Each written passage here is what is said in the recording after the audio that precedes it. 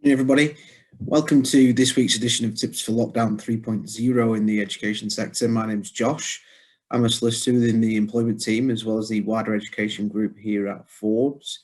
I wanted to talk to you this week a little bit about dealing with processes as far as you can during the current circumstances. And by processes, I mean disciplinary, grievance and capability processes.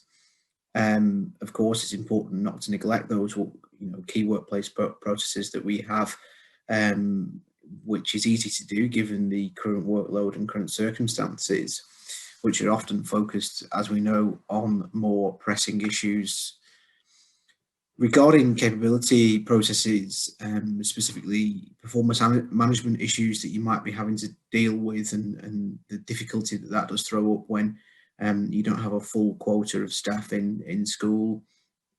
It's important not to neglect performance management issues, even if you do have more important things that you might be dealing with. It's important to deal with them as they arise.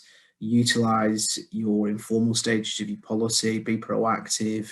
If something can be nipped in the bud, then it's important to try not to delay that, as that can often have an effect of delaying issues, can prolong them and make them more significant in the long run. But also it can affect all the members of staff that you have in your team. So always important to deal with those as they arise. Performance management issues do take a long time to reach a conclusion, longer than any of the workplace processes that we do deal with.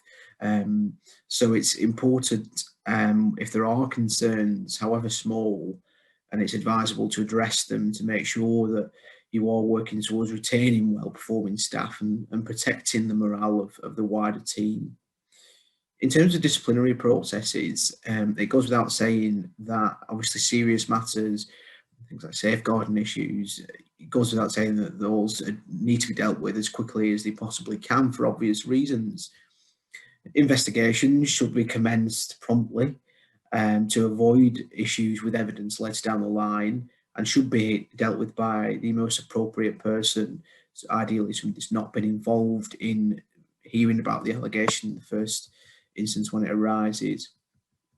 As far as the more minor issues might be concerned, it's still important to deal with those, as they might not be as minor as they might first seem.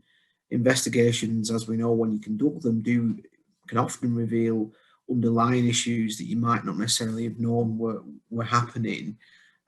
So it's important that if you do think something is particularly a small offence, that you still do commence your disciplinary process and deal with that in accordance with your policy, because you don't know what else might come arising out of an investigation into a matter of conduct.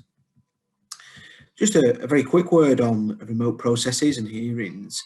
Always have regard to the timescales that are set out with your policies and procedures.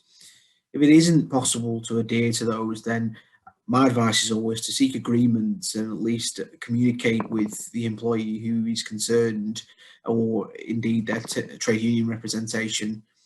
If you communicate effectively during the process, then and explain the reasons why there might be a delay, because delays are often inevitable, particularly in the current climate, then in my view, you're more likely to be able to mitigate the risk of any criticism from any employees or indeed their trade union that's backing them.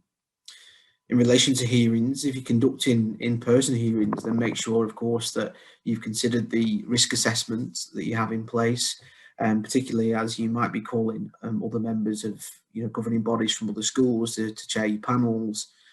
So make sure that you've covered that off in your risk assessment for visitors. If you are choosing to have remote hearings, it may seem something that's very, very simple, but make sure that you've tested the technology beforehand. That ensures that your hearing can run smoothly, and you don't want any delays to happen to that, because it might affect your timescales in the overall process. Always advise the staff member and their trade union representative, if you've got one, to do the same as well, because I was on a hearing not so long ago now advising a panel of members, and the a participant in that hearing actually took around 20 minutes to get their tech sorted out, which caused a lot of delay to the hearing. and sort of did disrupt it slightly. So I would advise that you let everybody who's joining the remote meeting to know beforehand to test their tech as well as yours.